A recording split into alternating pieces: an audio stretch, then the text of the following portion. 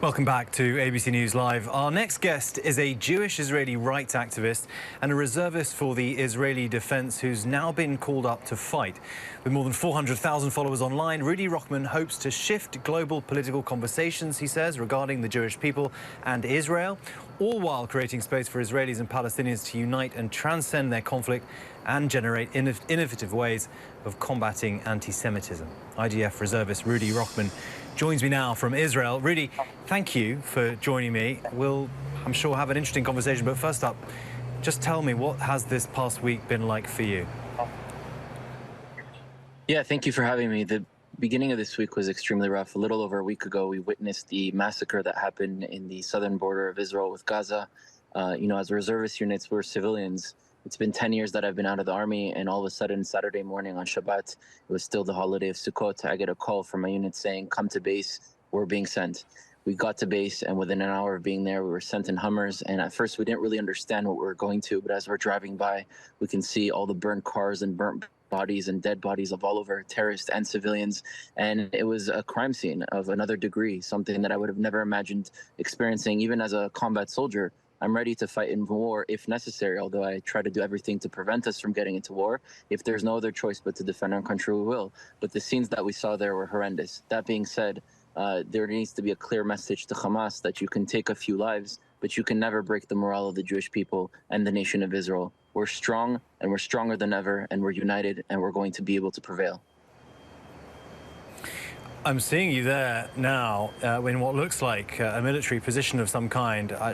Presumably you can't tell me your exact position, but have these kibbutzes now that we saw raided by Hamas terrorists essentially now become the front line of Israel's defense? Is that kind of roughly where you are at the moment? So for the first 4 days, I was in Kfar Aza, which is one of the villages that was hit the worst. But since then, our unit is deployed to an undisclosed military base where we're training every single day. And we don't know yet where they will send us, but we're ready to go wherever they need us to be.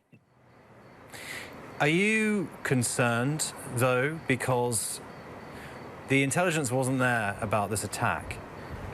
Are you worried that you may be walking into a trap in Gaza? Unfortunately, we don't have the luxury to have those thoughts as soldiers on the ground. What we need to do is to be able to go forward and to look out for our brothers on our right and on our left and make sure that we take out Hamas and try to minimize any civilian casualties. When we go into combat, we're not trying to target civilians. In fact, there's all these different rules and laws that we have in Israel to prevent civilian casualties.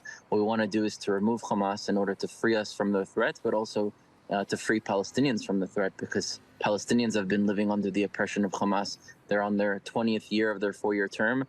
They're completely suffering in these regions. And I think one of the key reasons as to why there's still conflict is because there are things like Hamas and the Palestinian Authority who do not represent the Palestinian people, do not allow freedom of speech, do not allow education to be free and open, and in a way that's humanitarian rather than just pushing hatred and bigotry onto the younger populations. And so we need to start understanding not only what is happening, but why it is happening and at its source. When you go to a doctor, you show that you have symptoms, but you have to go to see where those symptoms are coming from. Where is the source? And I think that's the larger conversation that is being missed by a lot of people. We're talking about how many people are dying, but we're not talking about why they're dying. And we must understand the why in order to prevent more people from dying. And I think that's what's the most important. But in terms of having fear, we don't have fear, and I hope the intelligence will be correct, and I hope that the government and the army sending us out into war will have our back.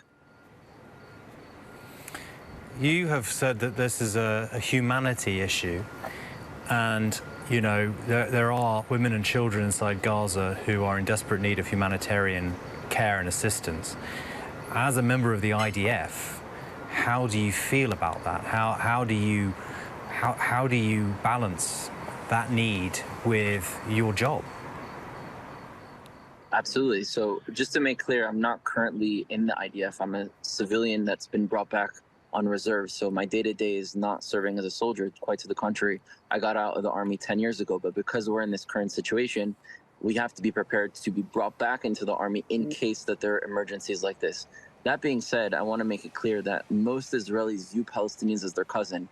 I've traveled to over 71 countries in my life. Whenever I'm traveling in the world and I see someone from Australia, from India, from Chile, it doesn't matter what country, and then all of a sudden I see a Palestinian. Right away, I see a Palestinian as my cousin, as my family. We relate to the same land. We have many similar cultures. We have many similar histories. I mean, 30 to 60% of Palestinians descend from Jews that were forcibly converted to Christianity and Islam over time, especially in places like Hebron, Shrem, Yafo, Yatta, Akko, what is Tzfat or Safed, in the places that were formerly Jewish villages, and today are many Palestinians are living there or were living there. Those are mainly Jewish families that at some point been converted. So we have a lot more in common. So going into war, if there are civilians, whether it's men, women, children, elderly, doesn't matter what age, race, background, what they look like, Palestinians are a family. We don't want to have to go to war with the Palestinians. And in fact, it's not a war between Israelis and Palestinians. This is a war between Israelis and Hamas. And Hamas has got to go in order for Israelis and Palestinians to be able to transcend this conflict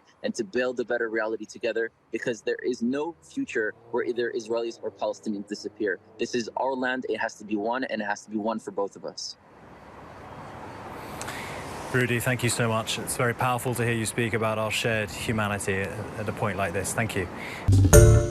Hi, everyone. George Stephanopoulos here. Thanks for checking out the ABC News YouTube channel. If you'd like to get more videos, show highlights, and watch live event coverage, click on the right over here to subscribe to our channel. And don't forget to download the ABC News app for breaking news alerts. Thanks for watching.